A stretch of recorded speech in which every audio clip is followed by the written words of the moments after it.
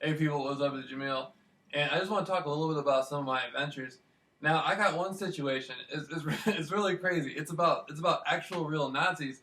Now, when I was doing my research, my conspiracy research for as long as I did it, one of the groups that I attracted into me. Now, mind you, when I'm doing my research, I know this stuff is real. I know there was actual Nazis who were here in America. I mean, there was actual Nazis here in America before the war even started. Then I know after World War II, there was a group of Nazis who came into the Americas, North America, South America, the islands, stuff like that. But mind you, when I'm doing my research, we're in the 2000s. And I'm taking this stuff seriously. I know these people are out there, but I don't know. It's not real. Something isn't truly real until you experience it. Reading a lot of books and asking a lot of questions and watching a lot of YouTube videos is one thing. Then going through the actual experience of experiencing these groups and these people is something completely different. And so I had pulled these people, their attention to me through my research. And so for whatever reason, they're one of the most elusive groups too. The Nazis aren't as tangible as most other groups. I mean, they slip and they slide easily. And anyhow, but when I say Nazis, I'm not necessarily talking about 100-year-old men or 90-year-old men. I'm talking about their children, their children's children. The generation has come down.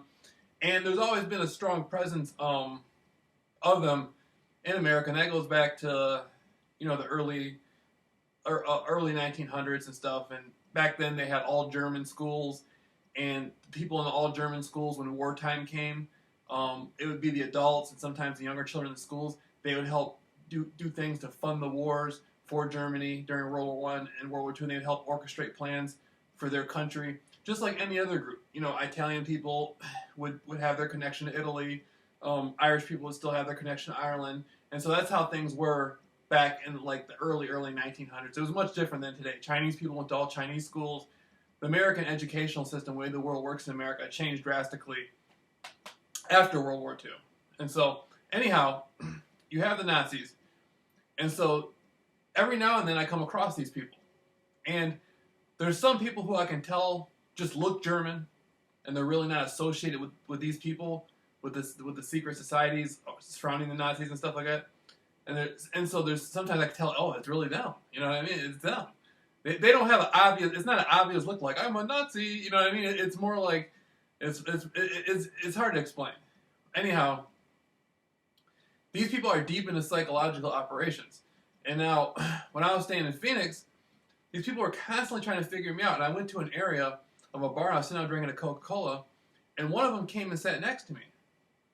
And very slim guy, blonde hair. He was very Americanized, but I could tell as soon as I saw him coming, I'm like, oh, okay, that's Nazis. So I don't say anything. I'm just sitting there hanging out with them and stuff like that, smiling and stuff, looking at the girls and stuff. And he comes, sits down, and goes away. Then I see them a little bit.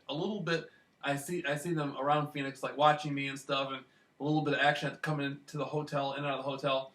I'm like, wow, man, this is cool, real Nazis. These guys had the craziest intelligence operations.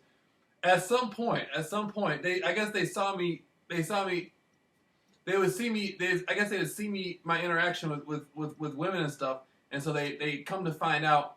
Okay, if Jameel likes the women who have a thicker build to them, they got a fat ass. Jameel's gonna go after them. So let's push that into the mix. Every liquor store I went into, every store I went into, every place I went, they'd have a woman. They have a woman with boy bending over, and so I go into this one store, and they had this woman, and she had the fattest ass in the world. These people would go, I don't know where they found the women. They must have put an ad in the newspaper. I don't know how they found these women. I mean, I'm sure they didn't put an ad in the newspaper. They knew what to do with all their networking skills.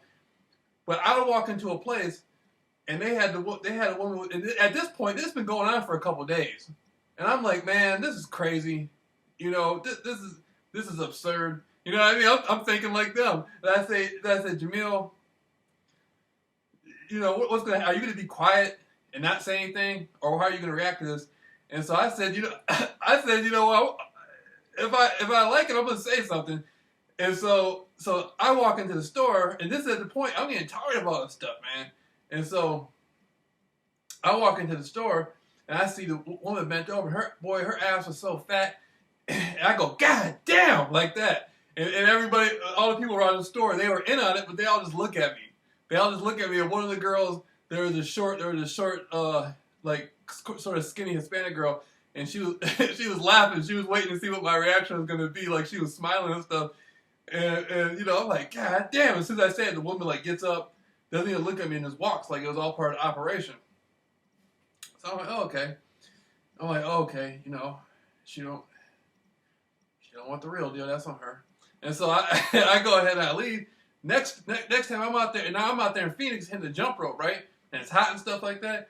And so I walk into a store, and they had a chick pull up. Boy, she was stacked, right? And so this is the Nazis. I'm pretty sure. I mean, it's the gang stalker program orchestrated, but the Nazis are probably the ones coming up with the blueprints on what to do and passing it. It probably goes through like 20 people before it gets to the gang stalking program. But they sent the female in, and so I saw her. I look out in the car, and her boyfriend's out in the car. He's looking all scared and stuff. He's sitting there in the car like he's scared. And I'm thinking like, why is he scared? You know, like what are you scared about? And so I see her, and she looks good, and she comes up to the counter, and so I'm just like, man, let me get a box of Magnums. And so you gave me a box of Magnums, and I put the Magnums on the counter. I go right next to her where she was standing. I go, bam, like that. And I put my arm back like this, like looking at her and stuff like that, you know. And I saw that ass that she had, and I'm just sitting there studying her, right?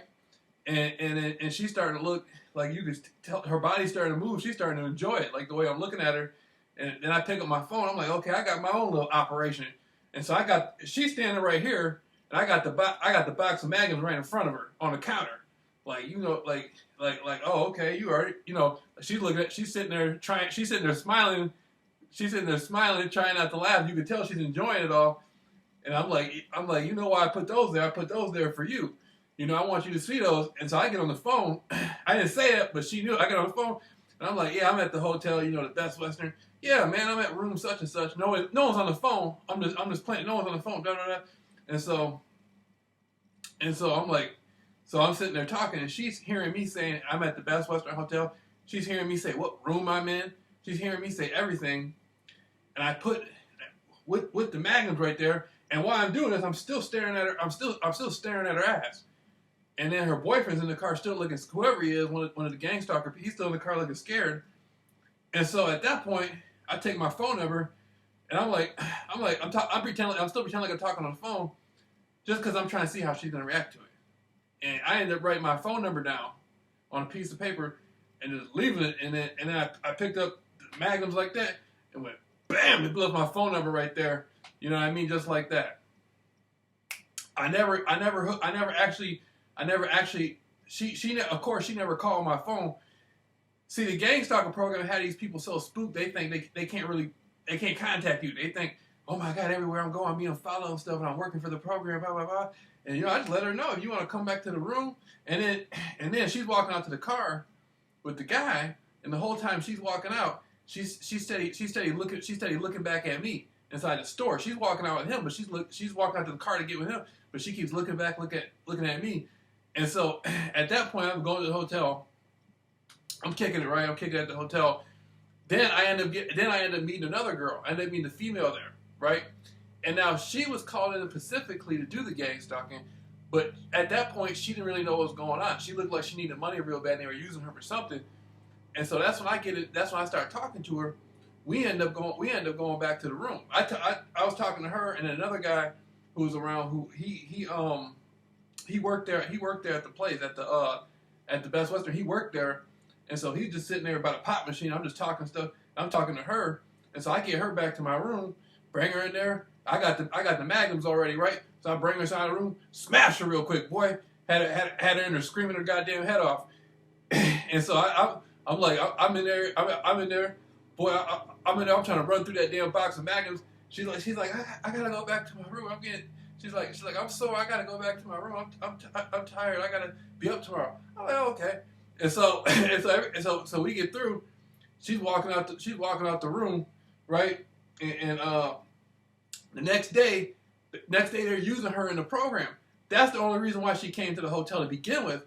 They had it set up to where they were giving people free rooms at the hotel that needed a room for the night just to participate in the gang stalking with me. Then they had the Nazis, and then they had the Masons in there, right? But that was a personal victory for me to be able to do that, to say, yeah, the program brought a girl in to the hotel for the purpose of trying to agitate me, but guess what? She still got smashed before it all happened. And the next day they were using her. The next day I came out of my room. This is how they did it too.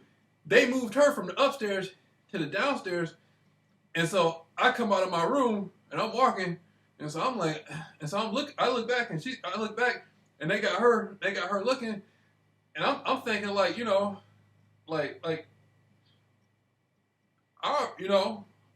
already you know, like, what are you looking at me? Like, if you're working for the program, but I already fucked you. So what's the problem? Like, why am I supposed to be mad? You know? And so that was sort of like the psychological thing the Nazis did, was set stuff up with women. But they had all kinds of women, man. They had all kinds of women out there in Phoenix doing that. And this is part of the game. I'm not saying this stuff just to, I'm not trying to be like too short and tell some damn freaky tale or something. What I'm trying to do is tell people this is all real. This is all part of gang stalking. They use women against you. And so, I mean, that's just what it is. You know, that's just what it is. And, you know, the way I feel about it now, at first it's kind of uncomfortable because you're not used to it. But the way I feel about it now, if a female is being used against me, I'm just gonna look at her. You know, if she gets too used to the role, she might really want something. So that's how I feel about it. She might get too used to the role. She gets too used to the role. She might want me to lay it down for her.